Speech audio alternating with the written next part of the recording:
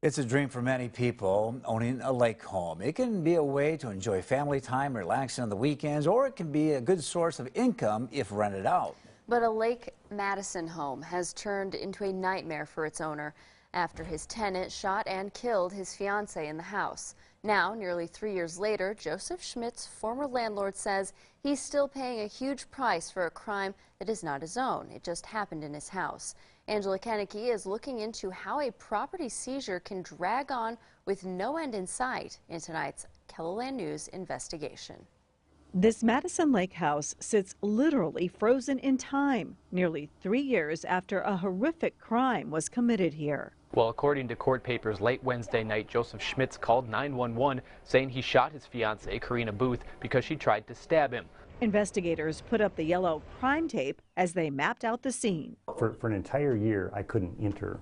I would have been arrested for entering my own property. Michael Verley had rented the home to Schmitz and his fiancée, Karina Booth, a year earlier.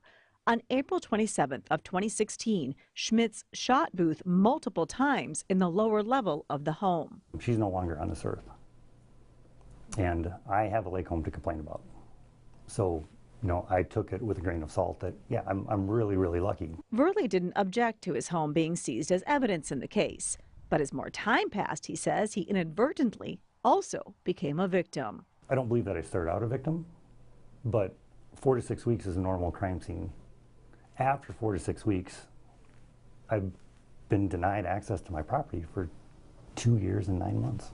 Schmitz's trial date kept getting delayed, and Verley's frustration with the entire process grew. He decided to take the matter to court. So I have no trial date set. I just had a water heater freeze and break.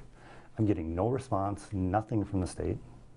I had no choice but to initiate the lawsuit. According to filings in the case, the Lake County State's attorney in February of 2017 agreed to give Verley his property back. The motion to return Verley's property says the state does not need the property as evidence in its case, as the property has been photographed by the state and video footage has been taken by the defense. Verley even agreed not to make any changes to the property and let a jury walk through it. I dropped the lawsuit. I believed what they said. And then what happened? I didn't get it back. That's because Schmitz's defense attorneys objected, saying he wanted his own crime scene expert to review the scene and all forensic analysis completed. And you have no recourse. None. You have no rights. Finally, Verley had to hire an attorney to try to get his property back, and after a year he was granted access to the lake home, but only to a part of it. A little over a year, I got the upper half back. Verley took us down the stairs to the level he's not allowed to enter, rooms that have not been touched since the gruesome killing nearly 3 years ago. So that's the door that leads to the level of the home that the homicide happened. And they just took off the doorknob? Yeah, and put a deadbolt on. So the Lake County Sheriff has the key to that.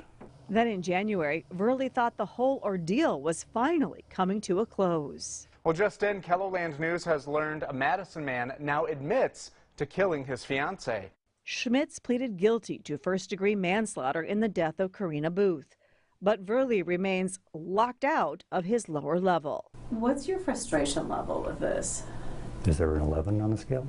Schmitz's sentencing is scheduled for June 7th, and he's already agreed to 15 years. But even that isn't enough for Verley to take possession of his entire lake home. If he doesn't agree with sentencing, he could appeal it all the way up to the Supreme Court, which would be another, how far was the Supreme Court? Another year, 2 years, 3 years?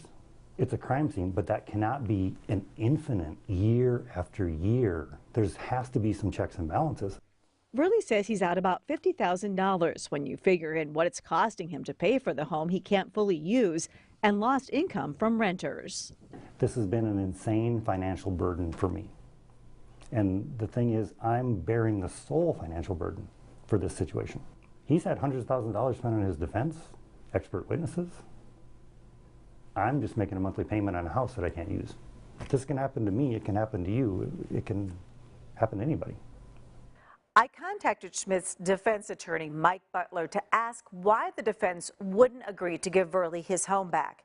He refused an on-camera interview, but told me, quote, A case is not finished until a sentence is imposed and a judgment is filed, unquote. I also asked South Dakota Attorney General Jason Ravnsborg why the full use of Verley's home isn't being returned to him. His office told me that Ravnsborg does not do interviews about ongoing prosecutions.